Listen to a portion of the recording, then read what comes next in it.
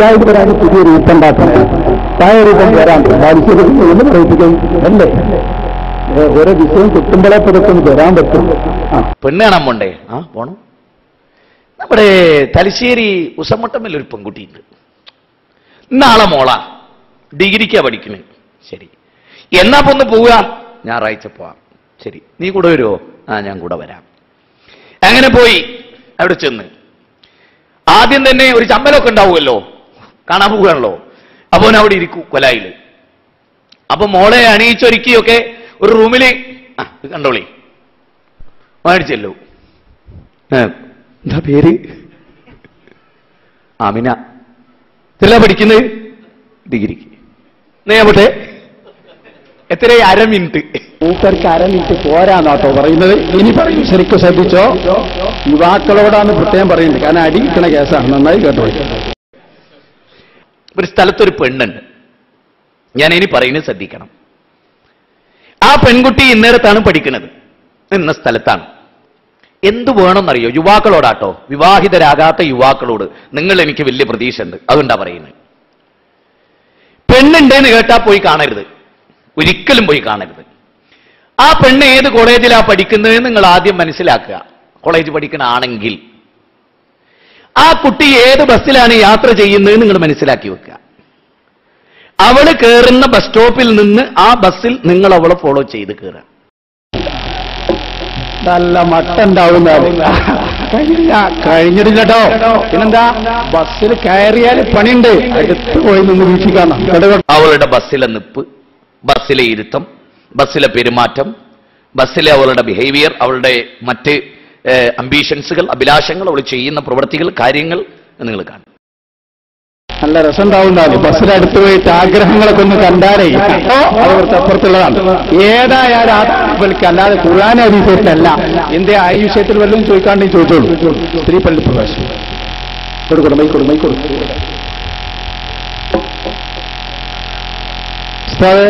നേരത്തെ പറഞ്ഞല്ലോ, നമ്മൾ ആദ്യത്തെ ആ ചോദ്യത്തിന് വ്യക്തമായ മറുപടി ഇതുവരെയായിട്ട് കിട്ടിയിട്ടില്ലല്ലോ. അതായത് പരിശുദ്ധ ഖുർആനിൽ അള്ളാഹു അല്ലാത്തവരെ വിളിച്ച് പ്രാർത്ഥിക്കാൻ ഒരു തെളിവുണ്ടോ എന്ന് ഞങ്ങൾ ചോദിച്ചതാ. അല്ല, അത് നിങ്ങൾ ആൾക്കാർ മാത്രം അവിടെ പങ്കെടുക്കുമ്പോൾ അത് ശബ്ദം ഉണ്ടാക്കിയിട്ട് അത് നിർത്തുന്നത് ഏർപ്പാട് ശരിയല്ല. മുഖാമുഖാകുമ്പോൾ അല്ലേ? ആ ഹദീസിന്റെ അടിസ്ഥാനത്തിൽ തന്നെ കഴിഞ്ഞു പോയ സഹാബികളോ താബികളോ തബോ താബികൾ ആരെങ്കിലും അള്ളാഹുവിന്റെ റസൂലുള്ളാഹിനെ വിളിച്ച് പ്രാർത്ഥിച്ചതായിട്ട് ഒരു തെളിവ് നിങ്ങൾ പറഞ്ഞിട്ടില്ല. ആ വിഷയങ്ങളുമായി ബന്ധപ്പെട്ട് അതാ കണ്ടോ, അടിസ്ഥാനപരമായ തൗഹീദ് പറയാൻ നിങ്ങൾ തയ്യാറല്ല. മുജാഹിദുകളുടെ പെണ്ണ് കാണൽ എന്താണെന്നും പറയുന്നത് ആ ചോദ്യവുമായി ബന്ധപ്പെട്ട് നൗഷാദ് ഹസൻ ഇവിടെ കേൾപ്പിക്കുകയും ചെയ്തപ്പോൾ ക്ലിപ്പിന്റെ മുമ്പിലും നേതാവിന്റെ വിവരക്കേടിന്റെ മുമ്പിലും മാനം കെട്ടുപോയ ആളുകൾ എന്താണ് അതിനെ സംബന്ധിച്ച് പറയേണ്ടത് എന്നറിയാതെ വീണ്ടും പരിസരം മറന്നുകൊണ്ട് സമൂഹത്തെ ആ ഒരു ക്ലിപ്പിൽ നിന്ന് വഴിതിരിക്കാനുള്ള മേഖലകൾ കണ്ടെത്തിക്കൊണ്ടിരിക്കുകയാണ്.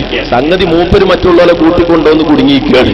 അപ്പൊ അതുകൊണ്ട് മൂപ്പർക്ക് ഇനിയിപ്പോ ഇതിൽ നിന്ന് തന്റെ കൂടെയുള്ള ആളുകളിൽ കൂടെ അവർക്ക് ഇതുകൊണ്ട് കേട്ട ഒരു വിഷമം അത് എങ്ങനെങ്കിലും ഒന്ന് മറച്ചു കളയണം എന്നുള്ള ശ്രമമാണ് മൂപ്പർക്കുള്ളത്. അതുകൊണ്ട് മൂപ്പർക്ക് നേരത്തെയുള്ള വിഷയത്തിലേക്ക് ഇനിയും കൊണ്ടുപോവുകയാണ്. ഇതിനു വേണ്ടിയിട്ട് അതിന്മ കടന്നിട്ട് കുറെ കളിച്ച് ഇനിയും ആളുകളെ ആശയക്കുഴപ്പത്തിലാക്കാം എന്നൊക്കെ ശരിക്കതിന് മറുപടി പറഞ്ഞതാ. മറുപടിയുടെ മുമ്പിൽ ഉത്തരം മുട്ടിയപ്പോ അയാൾ കൊണ്ടുവന്ന ആളുകൾ തന്നെ പറഞ്ഞു കൂട്ടിയത് നിങ്ങൾ കണ്ടല്ലോ. അത് അവസാന കാലാകുമ്പോഴാണ്. അപ്പൊ നമ്മളെ ചോദ്യം, അവസാന കാലാകുമ്പോ ശിർക്ക് പറ്റുമോ? അത് പറ്റൂല. അപ്പൊ പിന്നെ അത് ആകാശത്ത് നിന്ന് ഇറങ്ങി വരില്ലേ? അപ്പൊ ആകാശത്ത് നിന്ന് ഇറങ്ങി വരുന്ന ആൾക്ക് ശിർക്ക് പറ്റുമോ? ഇങ്ങനെയുള്ള വിഷയങ്ങളൊക്കെ ചേർത്തപ്പോ സംഗതി അവസാനം ഈസാ നബി ചെയ്തത് ശിർക്കല്ല എന്ന് അവര് തന്നെ അംഗീകരിച്ച വിഷയം. മാത്രമല്ല ആ ഈസാ നബി അലൈഹി സ്വലാത്തു വസ്സലാം നീതിമാനായ ഭരണാധികാരിയും അതുപോലെ തുടരപ്പെടാൻ അർഹതയുള്ള ഇമാമായിട്ടും കടന്നു വരുന്നു എന്ന് അള്ളാഹുവിന്റെ റസൂല് ആദ്യമേ പറഞ്ഞു വെച്ചത് എന്തിനാണ്? ജനങ്ങൾക്കിടയിലുള്ള പ്രശ്നങ്ങൾക്ക് പരിഹാരം തീർക്കാൻ വേണ്ടി വരുന്ന ഈസാ നബിയെ ആ വിഷയത്തിൽ അവലംബമാക്കണം എന്നതിനു വേണ്ടിയാണ്. അതുകൊണ്ടാണ് വല യുസ്രിഹന്ന ദാത്തൽ ബൈ എന്ന് പ്രത്യേകമായ ഹദീസിൽ നബി സല്ലല്ലാഹു അലൈഹി വസല്ലം തങ്ങൾ പറഞ്ഞത്. ജനങ്ങൾക്കിടയിൽ നിലനിൽക്കുന്ന പ്രശ്നത്തിന് ഈസാ നബി അലൈഹി സ്വലാത്തു വസ്സലാം പരിഹാരം കാണും. ഏറ്റവും വലിയ പ്രശ്നം എല്ലാവർക്കും അറിയാമല്ലോ, തൗഹീദുമായി ബന്ധപ്പെട്ട വിഷയത്തിലാണ്. ഇവിടെ മരിച്ചുപോയ നബിതങ്ങളെ വിളിക്കാൻ പറ്റുമോ? ആ നബിയിൽ നിന്ന് ഉത്തരം കിട്ടുമെന്ന ലക്ഷ്യത്തിൽ നബിതങ്ങളെ വിളിക്കാൻ പറ്റുമോ? വിളിച്ച ആൾക്ക് വിളിക്കപ്പെട്ട നബി സല്ലല്ലാഹു അലൈഹി വസല്ലം തങ്ങളിൽ നിന്ന് ഉത്തരം കിട്ടുമോ? ഇതൊക്കെ മുജാഹിദ് പറയുന്ന ആ ലക്ഷ്യവും ആ വിശ്വാസവും ആ ഉദ്ദേശവും ആ നിലക്കുള്ള വിളിയും ആ നിലക്കുള്ള പോക്കും എല്ലാം ശിർക്കാണ്, കുഫ്റാണ്, ആരാധനയാണ്. എങ്കിൽ മഹാനായ നബിയുല്ലാഹി ഈസാ അലൈഹിസ്സലാത്തു വസ്സലാം വന്നുകൊണ്ട് ജനങ്ങൾക്കിടയിൽ ഈ നിലനിൽക്കുന്ന ഒരു പ്രശ്നത്തിന് ആദ്യമായി പരിഹാരം ഉണ്ടാക്കുക. വരും മക്കളെ, വരി, നമ്മൾ പോവുക. എങ്ങോട്ടാ പോകേണ്ടത്? മഹാനായ സയ്യിദുനാ മുഹമ്മദ് റസൂലുള്ളാഹി സ്വല്ലല്ലാഹു അലൈഹി വസല്ലം തങ്ങളുടെ ഖബറിലേക്ക്. അവിടെ തന്നെ മുജാഹിദിന്റെ ആദ്യത്തെ ഒരാശയം പൊളിയാണ്. മുജാഹിദ് പറയുന്നത് ഖബറുകളിലേക്ക് സിയാറത്ത് ലക്ഷ്യമാക്കി കൊണ്ടുപോകാൻ പാടില്ല. മഹാനായ നബിയുല്ലാഹി ഈസാ നബി അലൈഹിസ്സലാത്തു വസ്സലാം ഡമസ്കസിലെ വെള്ളമുനാരത്തിനു സമീപത്താണ് ഇറങ്ങുന്നത് എന്ന് എല്ലാ ഗ്രന്ഥങ്ങളും വ്യക്തമാക്കിയതാണ്. അവിടുന്ന് ഈസാ നബി അലൈഹിസ്സലാത്തു വസ്സലാം അള്ളാഹുവിന്റെ റസൂലിനെ വിളിക്കാൻ വേണ്ടി മാത്രം, വേറെ ഒരു ലക്ഷ്യമില്ല, അതിനു വേണ്ടി മാത്രം ഹബീബായ സയ്യിദുനാ മുഹമ്മദ് റസൂലുള്ളാഹി സ്വല്ലല്ലാഹു അലൈഹി വസല്ലം തങ്ങളുടെ ഖബറിലേക്ക് പോവുകയാണ്. എന്നിട്ട് നബി സല്ലല്ലാഹു അലൈഹി വസല്ലം തങ്ങളെ സമീപത്ത് വരികയാണ്. ഈ ഒരാശയത്തോടുകൂടെ മുജാഹിദിന്റെ ഒരു കാര്യം പൊളിയാണ്. എന്താ പൊളിയുന്നത്? മഹാന്മാരെ സിയാറത്ത് ലക്ഷ്യമാക്കിക്കൊണ്ട് യാത്ര പോകാൻ പാടില്ല. ഈ ഒരു തത്വം ആദ്യമായി ഈസാ നബി അലൈഹി സ്വലാത്തു വസ്സലാം പൊളിക്കുമ്പോ, പടച്ചോനെ, നമ്മൾ ആദർശാണ് ഈ പൊളിയേണ്ടത്, എവിടേക്കങ്ങൾ നോക്കിക്കുന്നത് എന്നിങ്ങനെ മുജാഹിദിനെ കുറച്ച് ആൾക്കാർ ഇങ്ങനെ പറയും. എന്റെ ഇടയ്ക്ക് ചില ആളുകൾ പറയും, അത് പ്രശ്നമാക്കണ്ട, സംഗതി മരിച്ചുപോയ റസൂലുള്ളാഹിനെ വിളിക്കരുത് എന്നായിരുന്നു നമ്മൾ ആദർശം. ആലുവ സംവാദത്തോടു കൂടിയിട്ട് സക്കരിയ സ്വലാഹിയും മറ്റു വലിയ നേതാക്കളും സമ്മതിച്ചതാണ് മരിച്ചുപോയ നബി തങ്ങളെ വിളിക്കുന്നതിന് കുഴപ്പമില്ല എന്ന ഒരു കാര്യം. അത് ഇസ്ലാമിലൊക്കെ മുമ്പ് പറഞ്ഞതാണല്ലോ. അപ്പൊ അതുകൊണ്ട് അതിൽ കുട്ടിയാൽ മതി, ഉത്തരം കിട്ടുന്നുള്ള പ്രതീക്ഷ ഏതായാലും ഇല്ല, ഉത്തരം കിട്ടുന്നും വെക്കണ്ട എന്ന സമാധാനത്തിൽ ഇങ്ങനെ നിൽക്കുമ്പോഴാണ് വിളി അങ്ങ് തീർന്ന ഉടനെ ഖബറിന്റെ ഉള്ളിൽ നിന്ന് അള്ളാഹുവിന്റെ റസൂലിന്റെ മറുപടി, എന്തേ ഈസാ നബിയേ?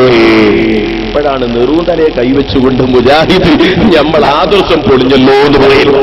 കാരണം മരിച്ചുപോയ നബി സല്ലല്ലാഹു അലൈഹി വസല്ലമ തങ്ങളിൽ നിന്ന് ഉത്തരം കിട്ടുമെന്ന പ്രതീക്ഷയിൽ വിളിക്കുന്നതും ആ വിളിക്ക് നബി തങ്ങൾ ഉത്തരം തരും എന്ന ഉദ്ദേശമുണ്ടാകുന്നതും യഥാർത്ഥത്തിൽ മുജാഹിദിന്റെ നിർവചന പ്രകാരം അവരുടെ 3ാം ക്ലാസ്സിലെയും 2ാം ക്ലാസ്സിലെയും ഒക്കെ മദ്രസ പാഠപുസ്തകം പരിശോധിച്ച് നോക്കിയാൽ അത് പ്രാർത്ഥനയും അത് അല്ലാഹു അല്ലാത്തവരോടായതിന്റെ പേരിൽ ശിർക്കുമാണ്.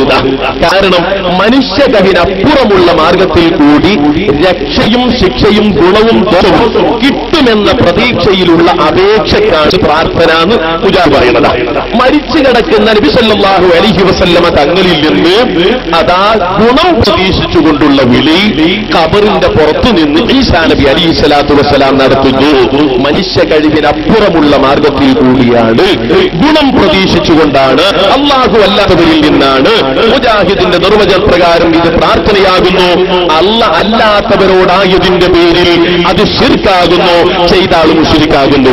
ഇവിടെ ഈസാ നബി മുശ്രിക്കാണോ, ശിർ ചെയ്ത ആളാണോ എന്ന ഏറ്റവും വലിയ ചോദ്യത്തിന് മുമ്പിൽ മുജാഹിദുകൾ ഉത്തരം മുട്ടുന്നു എന്ന് മാത്രമല്ല, ഈ നിലനിൽക്കുന്ന ഒരു പ്രശ്നത്തിന് മഹാനായ ഈസാ നബി അലൈഹി സ്വലാത്തു വസ്സലാം അന്ന് ജനങ്ങളെല്ലാവരെയും കൂട്ടി വിളിച്ച് ഉത്തരം കിട്ടുന്ന രംഗം വ്യക്തമായെന്ന് സമർപ്പിച്ചുകൊണ്ട് തന്നെ ഈ ഒരു കാര്യം ബോധ്യപ്പെടുത്തി ജനങ്ങൾക്കിടയിലുള്ള പ്രശ്നം പരിഹരിക്കുകയും ചെയ്യുന്നു. ഇന്ന് മുജാഹിദിൽ പലർക്കും പരിഹാരമായിട്ടില്ലെങ്കിൽ ഇൻഷാ അല്ലാഹ് അന്നെങ്കിലും പരിഹാരമാകും. ഈസാ നബി അതിന് തന്നെയാണ് വരുന്നത് എന്നാണ് മുഹമ്മദ് റസൂലുള്ളാഹി സ്വല്ലല്ലാഹു അലൈഹി വസല്ലം തങ്ങൾ പഠിപ്പിച്ച ഹദീസിന്റെ പശ്ചാത്തലം. അപ്പോ ആ വിഷയം അവിടെ അവസാനിപ്പിക്കുന്നു. ഇനി പ്രസക്തമായ ചോദ്യങ്ങളുണ്ടെങ്കിൽ വേറെ ചോദിക്കാം. പ്രസക്തമായ ചോദ്യങ്ങളാണ് ഇനി വേണ്ടത്.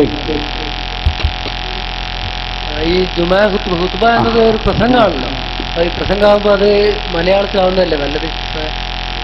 ഓക്കെ, നിങ്ങളെ ആവശ്യം നമുക്ക് പരിഹരിക്കാമായിരുന്നു. ഖുത്ബ വെറും പ്രസംഗമല്ല. കാരണം എന്താണെന്ന് ചോദിച്ചാൽ, പ്രസംഗിക്കണമെങ്കിൽ ഇപ്പോ ഔറത്ത് മറക്കണമെന്നുണ്ടോ? അതില്ല. ഔറത്ത് മറക്കാതെ ഒരാൾ പ്രസംഗിച്ചാലും പ്രസംഗമാവും, ആള് കൂടും ചെയ്യും.